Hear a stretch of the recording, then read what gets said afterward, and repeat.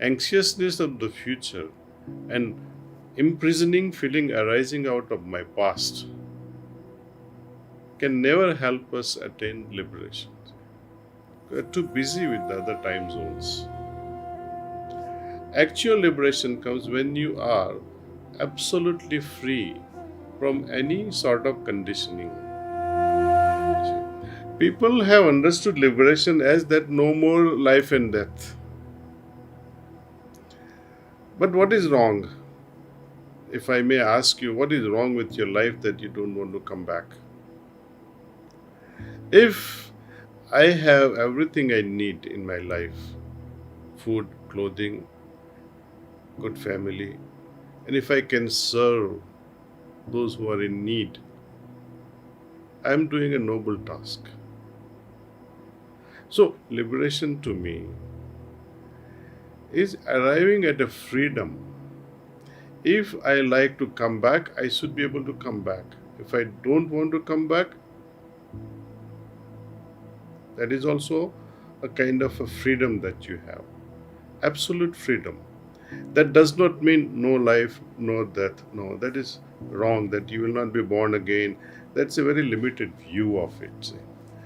Salvation is a much lower state where you attain some level of mukti. It's like you are in a jail and they release you on parole for some time and you're back to jail again. See? That parole period is salvation. It's temporary freedom. You are given a break for some time. And depending on what you do during this break, if you end up doing some good things during that break time, that salvation can also become liberation in the future. But that cannot happen unless and until I do something in the now. See? I cannot remain bogged down with my past and so I made this mistake. Of course, everybody makes mistakes. But I cannot keep on worrying about that. Oh, I did this. I cannot be imprisoned in my past and I cannot become a fanatic or I cannot become so anxious about my future. See, the anxiousness of the future and imprisoning feeling arising out of my past can never help us attain liberation.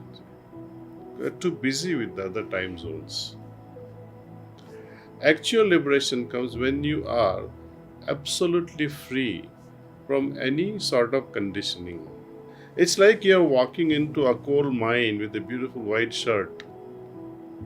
Even though you may not harvest any coal, yet the nature of the coal mine is that you'll have some specks of coal dust on your shirt.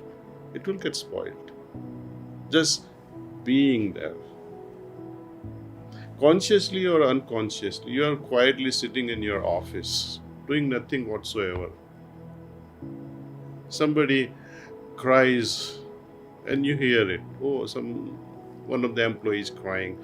Or you're watching a TV and there is an ad, very provocative ad.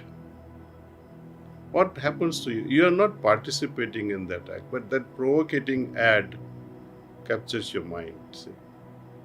Someone is crying in the background, it draws your attention. And when you try to meditate in the evening, what happens at that time then? All these things, if you are very conscious of all these things, it will come like a movie reel, unwinding in your mind.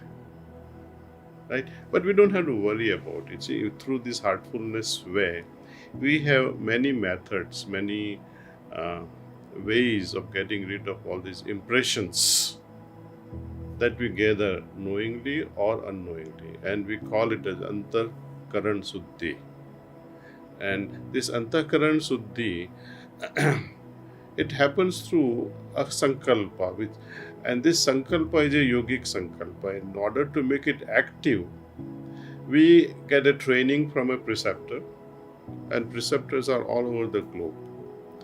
And even if you don't have someone in your own town, you can use an app, somebody nearby, and they'll walk you through this whole process of meditating, and will also enable to do this antakaran suddhi.